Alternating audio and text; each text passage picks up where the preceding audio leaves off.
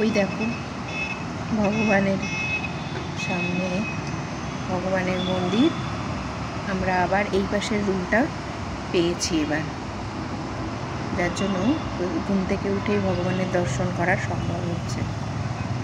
ভগবানের কাছে একটাই প্রার্থনা যে আর ওকে যেন কষ্ট না দেয়, এবারে যে ট্রিটমেন্টটা হচ্ছে সেটাই যেন ওকে সুস্থ করে দেয়। আর কতবার মেয়েটা নিতে পারবে বলো? এতটুকু বয়সে অপারেশন, কতবার নিতে পারবে? কথায় আছে দুভাগা অভাগা যেথায় যায় সাগর শুকায় যায়। প্রভাত বন্ধুরা, আশা করি তোমরা সকলেই ভালো আছো। তোমাদের ভালোবাসায় আমিও ভালো আছি। আজ হচ্ছে কি বার? মঙ্গলবার। জয় জয় হনুমান। মঙ্গলবার। আজ হচ্ছে হোলি, রং খেলা। আমাদের এখানে আজকে মালদাতে আজকে রং খেলা।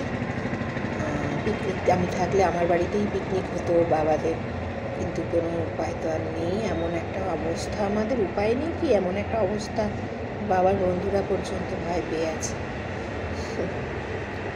আমরাও যে ভয় পেয়ে নেই তা নয়, সন্তান যখন অসুস্থ থাকে তখন সবাই ভয় পায়।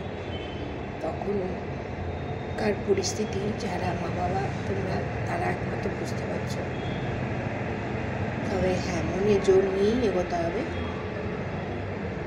ভালো জায়গায় দেখাচ্ছি, ভালো ট্রিটমেন্ট করাচ্ছি, ভালো ডাক্তার, এখানে উন্নত পরিষেবা, উন্নত মেশিন, সব কিছুর জন্য আরও সাহসটা পাচ্ছি, এটাও ঠিক কথা।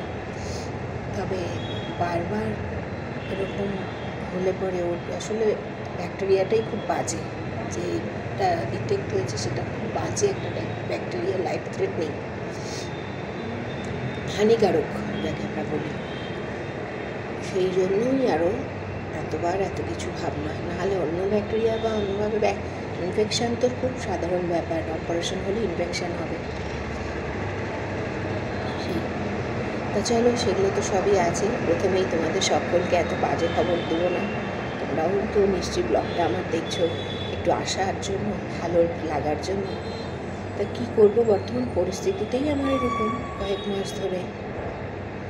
তো চলো বন্ধুরা, সকলে ভালো থেকো, সুস্থ থেকো, সারাদিন খুব ভালো করে হোলি খেলো, মানে রং খেলো, সাবধানে রং খেলো, ভেষজ আবির, ভেষজ রং ব্যবহার করো, যাতে জীবনের কোনো রকম ক্ষতি না হয়।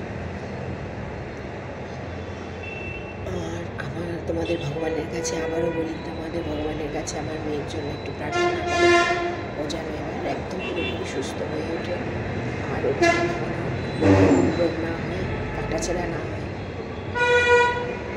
আসলে মেয়েটাও খুব ভয় পেয়ে গেছে, এতবার করে কাটাছেঁড়া হচ্ছে তো।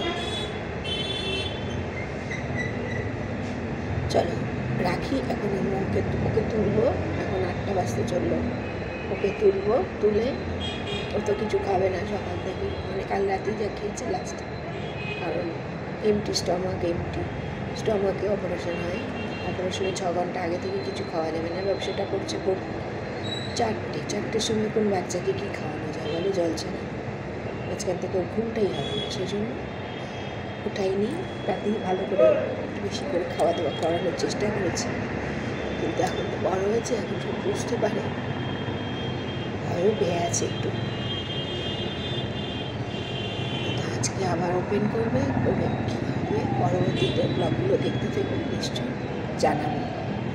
আর এই ব্লগটা কতটা কন্টিনিউ করতে পারবো বা আগামী কয়েকদিন একটু ব্লগগুলো অন্যরকম হবে, ভিডিওগুলো। আমার মনে হয় তোমরা আমার সাথে থাকবে। রাখছি, চাই তাড়াতাড়ি ওকে রেডি করে নিয়ে হসপিটালে, আজকে থেকে ওখানেই থাকতে হবে।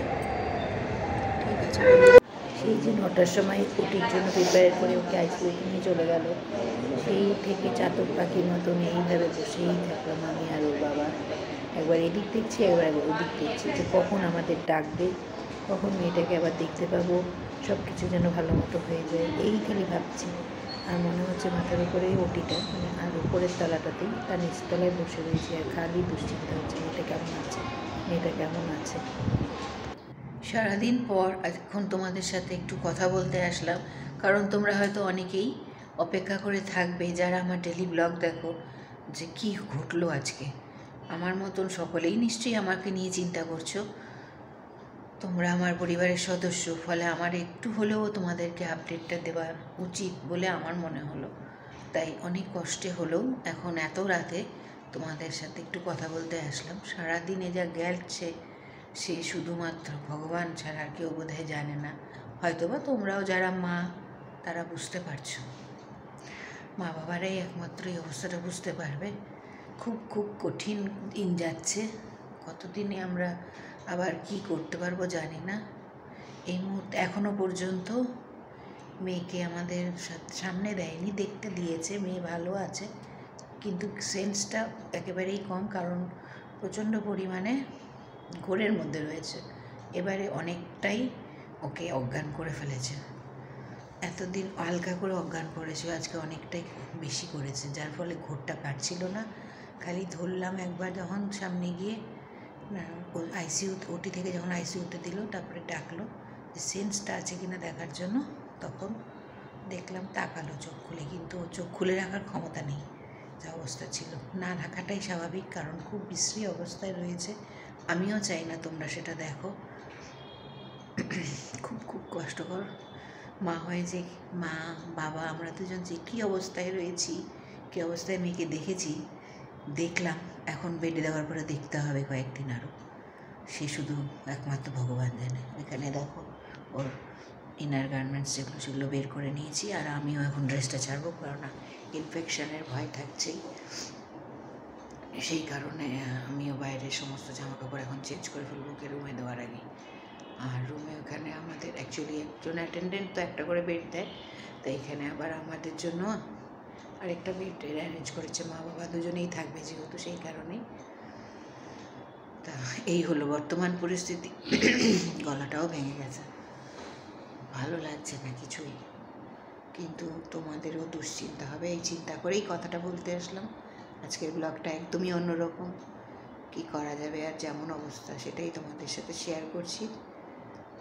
তো চলো বন্ধুরা, আজকে তাহলে এখানে একটুকুই রাখছি, আর কথা বাড়াইলাম না, কারণ মনের অবস্থা খুবই খারাপ, বুঝতেই পারছো।